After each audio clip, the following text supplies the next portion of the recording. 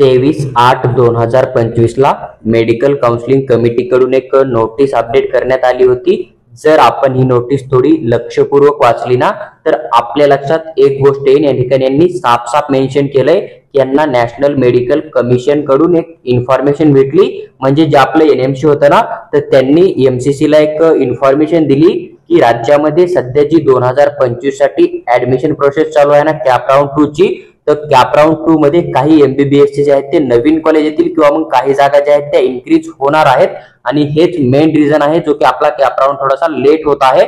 आणि एमसीसी ने मेन्शन केलंय की ज्या काही नवीन जागा येतील एमबीबीएस कोर्सच्या किंवा मग जे काही एमबीबीएस चे नवीन कॉलेज आहे ना तर ते कॅप राउंड 2 मध्ये पार्टिसिपेट करणार आहे। त्याच्यामुळे आपला जो कॅप राउंड 2 आहे ना तो स्टार्ट कधी होणार आहे तर जवळपास 29 ऑगस्ट 2025 ही आपली एक्सपेक्टेड डेट आहे। ही गोष्ट लक्षात ठेवणे तुम्हाला।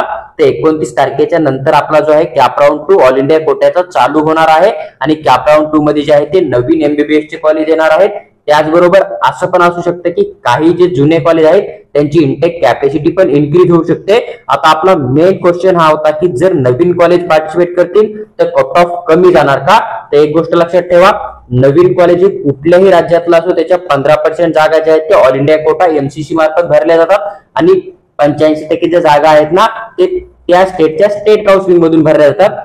जरी कॉलेज आपल्या राज्यातलं नसेल तरी 15% जागा ऑल इंडिया कोट्यामध्ये येतील, म्हणजेच राऊंड 2 चा जो कॅटेगरी रँक नुसार ऑल इंडिया कोट्याचा क्लोजिंग कट ऑफ होता ना त्या कॅटेगरीचा, तर तो जेवढ्या कॅटेगरीनुसार जागा वाढतील तेवढ्या रँकनं तो 100% डाऊन होणार आहे। त्याचबरोबर जर कॉलेज आपल्या राज्यातला असेल तर जे काय 85% स्टेट मधून जागा येतील ना तर त्या 85 स्टेट कोट्यामधून जेवढ्या काय कॅटेगरी वाईज सीट इन्क्रीज होतील तर तेवढ्या कॅटेगरी रँकनं स्टेटचा पण कट ऑफ जो आहे तो कॅटेगरी वाईज 100% डाऊन होणार आहे। म्हणजे आपल्या सर्वांसाठी एक अत्यंत महत्त्वाची आणि गुड अपडेट आहे की राऊंड 2 मध्ये नवीन कॉलेज आलं किंवा सीट जर इन्क्रीज झाल्या एमबीबीएसच्या तर ऑल इंडिया कोटा तसंच स्टेट काउन्सिलिंगचा कट ऑफ जो आहे तो त्या कॅटेगरीच्या इन्क्रीज सीट नुसार तेवढा 100% खाली येऊन जाईल आणि आपली जी राऊंड 2 ची डेट आहे ना एक्सपेक्टेड ऑल इंडिया कोट्याची ती 29 ऑगस्ट 2025 आहे। म्हणजे 29 तारखेच्या नंतर आपल्याला ऑल इंडिया कोट्याचं नोटीस बघायला भेटतं आणि ऑल इंडिया कोट्याचं नोटीस आलं की लगेच स्टेटचं पण नोटीस येतं, हे आपल्या सर्वांना माहिती आहे।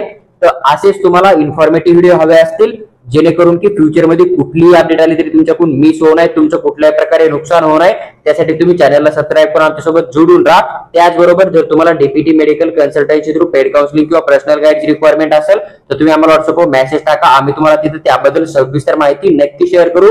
जर तुम्हाला येणारी प्रत्येक पीडीएफ हवी असेल तर तुम्ही आमचा टेलिग्राम ग्रुप जॉईन करा, आम्ही तिथे तुम्हाला पीडीएफ शेअर करण्याचा नक्की प्रयत्न करू।